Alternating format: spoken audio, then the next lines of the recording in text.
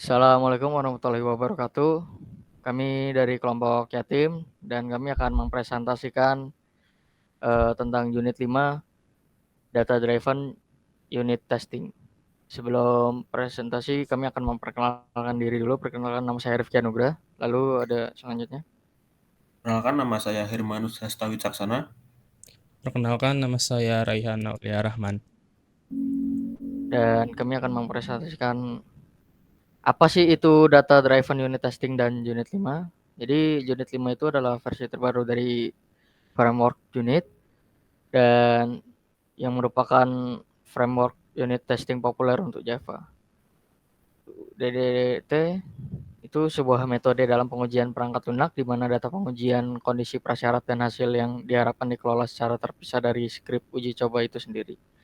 Biasanya data pengujian disimpan dalam basis data atau file seperti CFF, CSV, XLS, atau XML, dan skrip uji coba itu sendiri hanya berisi logika yang perlu diuji. Next.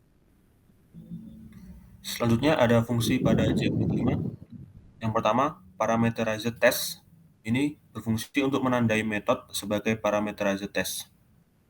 Kemudian, fungsi value source ini menyediakan nilai-nilai literal dari tipe data primitif seperti integer, long, string, dan lain-lain.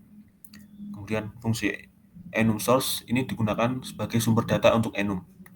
Lalu fungsi method source ini menyediakan akses ke nilai-nilai dari metode private atau public dari kelas test.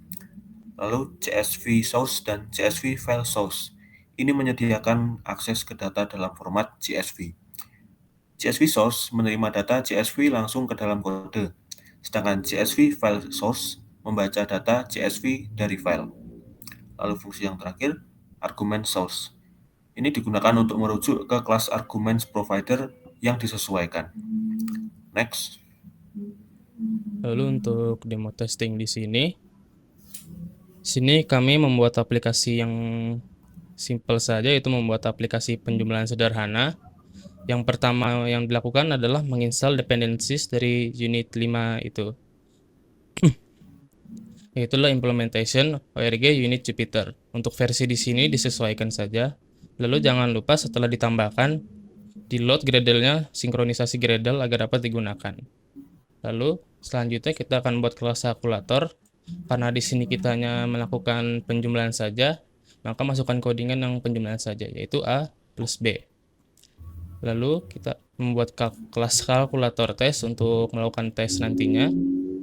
Di sini parameterize test digunakan untuk menandai tes bahwa tes ini berparameter. Lalu CSV source di sini untuk mendefinisikan data yang akan kita gunakan untuk melakukan tes. Untuk datanya di sini simpel saja, yaitu 1 ditambah 2 adalah 3, lalu 5 ditambah 10 itu 15, dan 20 ditambah 30 itu 50. Kita coba run. Bisa dilihat di sini bahwa hasilnya berhasil semua. Namun jika kita mengganti dari expect result di sini, contohnya adalah 5, kita run ulang. Maka untuk tes bagian 1 ini akan fail. Yang seharusnya itu adalah hasilnya 3, malah menjadi 5.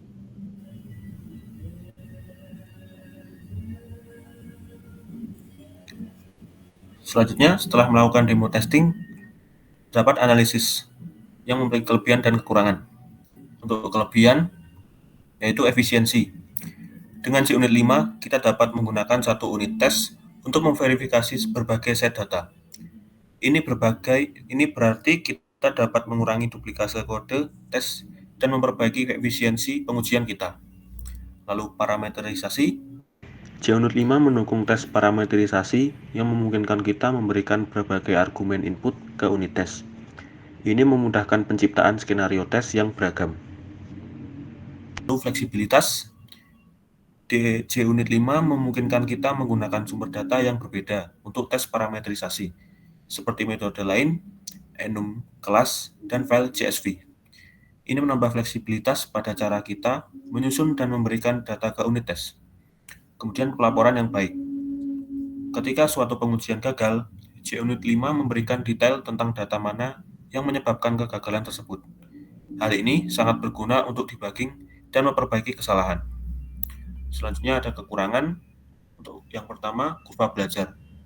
Jika kita telah terbiasa dengan JUnit 4 atau framework pengujian lain, kita mungkin perlu meluangkan waktu untuk mempelajari fitur dan sintaks baru di JUnit 5, termasuk cara penggunaan data-driven testing. Kemudian, penyusunan data tes yang tepat.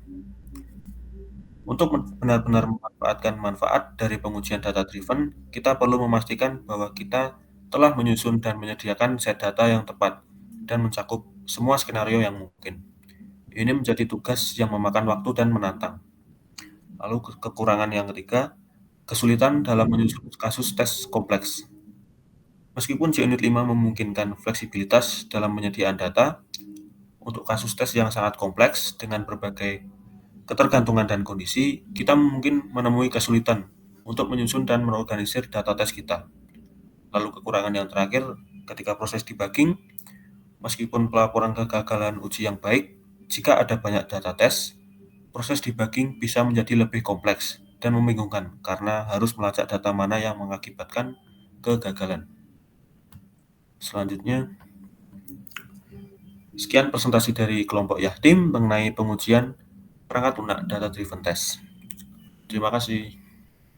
Makasih.